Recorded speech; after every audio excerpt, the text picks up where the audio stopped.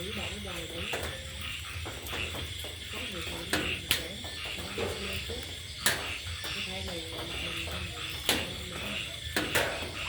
để luôn con nó đi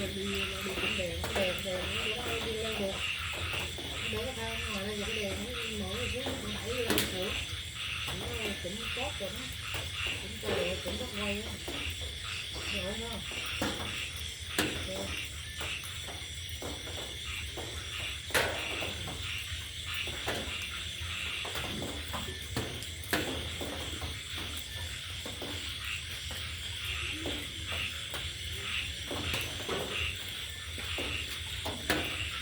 bây giờ lên điện thoại chứ không có quay bằng tay đen á.